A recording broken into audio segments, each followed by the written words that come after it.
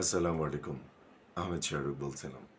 আমি আপনাদেরকে একটা ভিডিও দেখাবো স্পেশালি মেয়েদেরকে আর কি। তারপরে আমি কিছু কথা বলছি। আসলে কোন দিকে যাচ্ছে আসলে মানুষের মেন্টালিটি।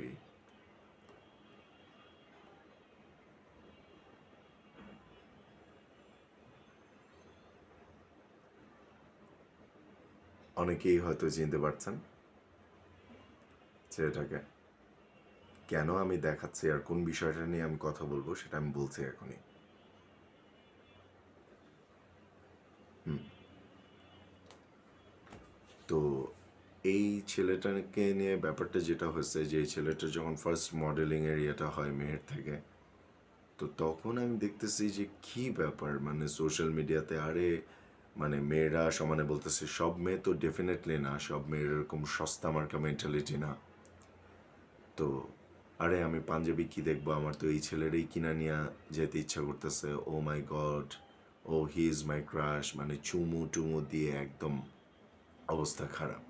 ঠিক আছে, বাংলাদেশের প্রেক্ষাপটে যদি বলি যে বাংলাদেশেও এরকম একজন পলিটিক্সের সাথে সংযুক্ত একজন মানুষ, হ্যাঁ, উনিও মানে রিসেন্টলি বিয়ে করেছেন, তো ওনাকে নিয়েও এরকম যে oh my god he is my crush, এটা সেটা ওইটা, ওনাকে যদি কিনে নিয়ে যেতে পারতাম, ওনাকে যদি এই করতে পারতাম ওই করতে পারতাম। তা আমি বলি কি, রিয়েল বস্তি বলে একটা কথা আছে, মানে বস্তিতে যারা থাকে, বস্তি মানে কি, বস্তি মানে হচ্ছে বসতি। বস্তির মানুষজনের, আমি মনে করি বস্তিতে যারা থাকে, যেসব মেয়েরা থাকে, গরিব হতে পারে, অসহায় হতে পারে, ওদের মেন্টালিটিও আমি মনে করি যে এই যে আলট্রা মডার্ন টাইপের যে কিছু আছে, নির্লজ্জ বেহায়া, এদের মেন্টালিটির চেয়ে অনেক উন্নত আমি মনে করি। আর দিজ আর দ্য রিয়েল বস্তি অ্যাকচুয়ালি।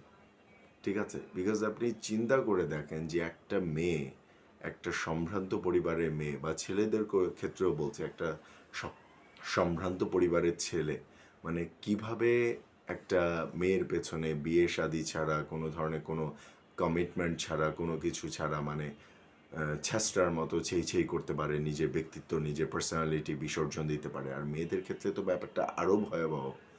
কিভাবে একটা ভদ্র ঘরের মেয়ে বা একটা সম্ভ্রান্ত মেন্টালিটির মেয়ে এরকম যে কোনো একটা ছেলেকে দেখলেই oh my god he is my crush, এটা সেটা ওইটা এইসব কথাবার্তা বলতে পারে। তো এগুলো তো পিওর বস্তি মার্কা মেন্টালিটি আমি মনে করি, একদম 100%।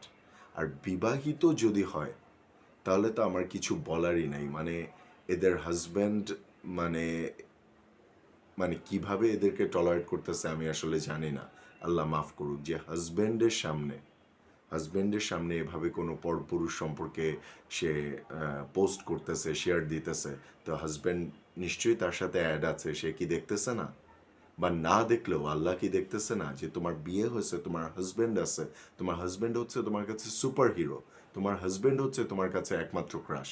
হাজব্যান্ডের ক্ষেত্রেও তোমার ওয়াইফ হচ্ছে তোমার কাছে সুপার ওমেন, সে হচ্ছে তোমার একমাত্র ক্রাশ, যেটা আলহামদুলিল্লাহ আমার ওয়াইফের ক্ষেত্রে হয়।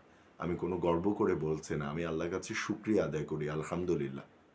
কিন্তু ব্যাপারটা হচ্ছে এখন এরকম, এখন এইটা কিভাবে সহ্য করে আমি আসলে জানি না, যে বিবাহিত অবস্থায় এরকম অন্য পুরুষকে বা অন্য নারীকে এরকম ক্রাশ ক্রাশ ক্রাশ করতেছে।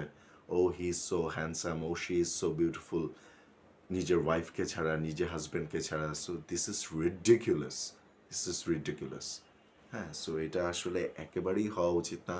এবং যারা এই ধরনের কর্মকাণ্ড করে আমি মনে করি তারা পিওর বস্তি, একদম মানে টিকটকার, মানে ওইটার চেয়েও অধম।